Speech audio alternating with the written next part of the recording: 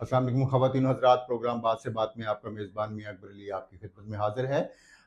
آج کی تازہ ترین خبروں، تجزیوں، تبصروں کے ساتھ آپ کی خدمت میں حاضر ہیں۔ آج ملک بھر میں گردش کرنے والی اہم خبروں میں سب سے اہم خبر ڈونلڈ ٹرمپ کا صدر منتخب ہو جانا، اور میں سمجھتا ہوں یہ پاکستانی عوام میں بھی بہت زیادہ خوشی کی لہر جو ہے وہ دوڑ گئی ہے۔ اس میں جہاں جشن امریکہ میں منایا جا رہا ہے، وہاں ایک پارٹی کی طرف سے بھی بھرپور جشن جو ہے وہ اس وقت خواتین و حضرات پاکستان میں بھی جاری ہے۔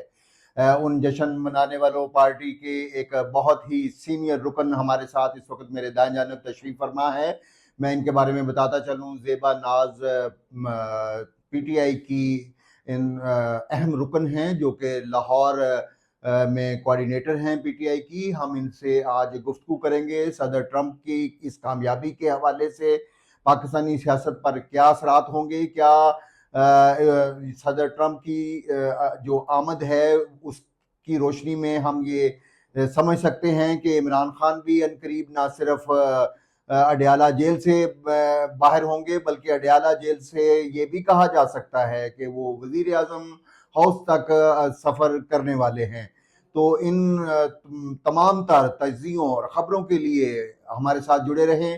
ہم بات کرتے ہیں محترمہ زیبا ناز صاحبہ سے۔ جی زیبا صاحبہ، آپ کس نظریے سے دیکھتی ہیں آج جو ٹرمپ کی کامیابی ہے اور اس میں پی ٹی آئی کا کیا ریئیکشن ہے اس حوالے سے؟ بسم اللہ الرحمن الرحیم۔ شکریہ، آپ نے مجھے بڑے اچھے موضوع پہ مدعو کیا۔ میں آپ کا دل تہ سے آپ کا شکریہ ادا کرتی ہوں۔